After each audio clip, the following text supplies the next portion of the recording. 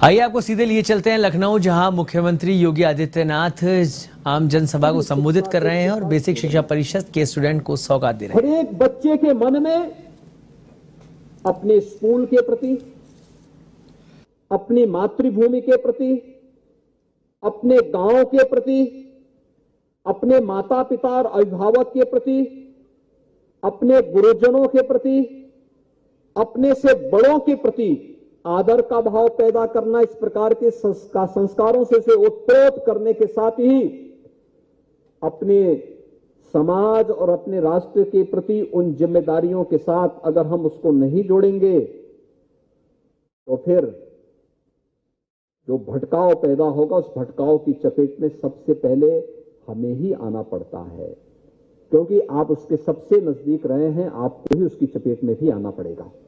और इसीलिए ये जिम्मेदारी प्रधानमंत्री जी ने पूरे देशवासियों को सौंपा है कि आजादी के अमृत महोत्सव के कार्यक्रम के साथ हम आजादी के अमृत काल की तैयारी के साथ देश की आजादी के शताब्दी महोत्सव की तैयारी के साथ अपने आप को जोड़ें।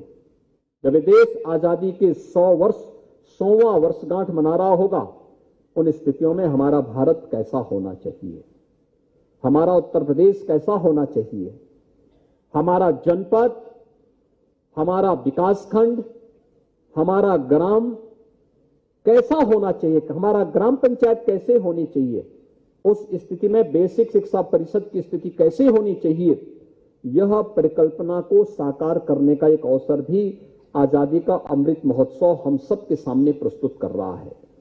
और मुझे प्रसन्नता है कि विगत 5 वर्षों की जो प्रगति है ये संतोषजनक है, लेकिन इसमें और भी अच्छा किए जाने की आवश्यकता है, और अच्छा किए जाने की आवश्यकता है।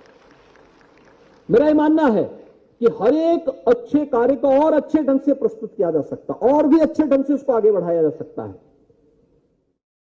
और उस अच्छे ढंग से एक स्वस्थ प्रतिस्पर्धा को आगे बढ़ाने की दिशा में प्रयास, ये प्रयास हमारे स्वयं के स्तर पर होगा।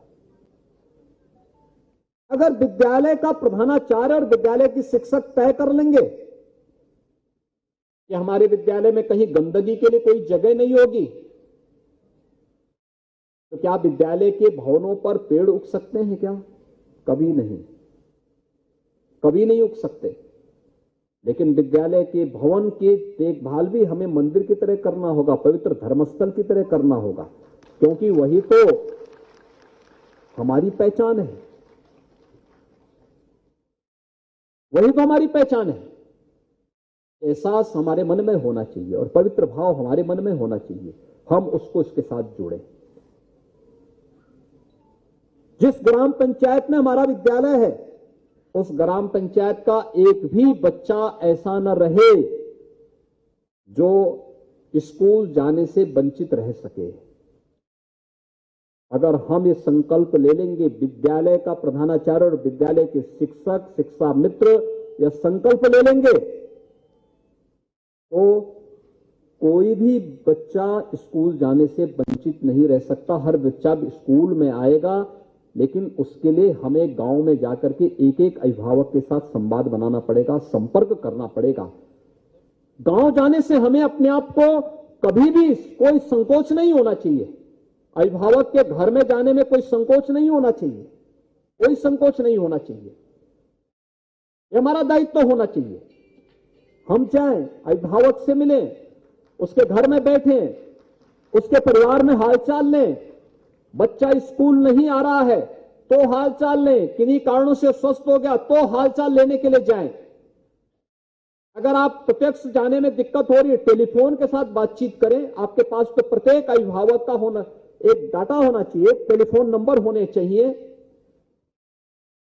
गांव की सामाजिक स्थिति के बारे में, आर्थिक स्थिति के बारे में हमें विद्यालय में नोट तैयार करने चाहिए। ये हमारी ग्राम पंचायत है, इस ग्राम पंचायत में इतने परिवार हैं, इतने परिवार में इतने परिवारों को शासन की इन योजनाओं का लाभ मिल रहा है। ये विद्यालय के पास एक डाटा बैंक आपका अपना होना चाहिए। आप बच्चों को क्लास के बाद जब आप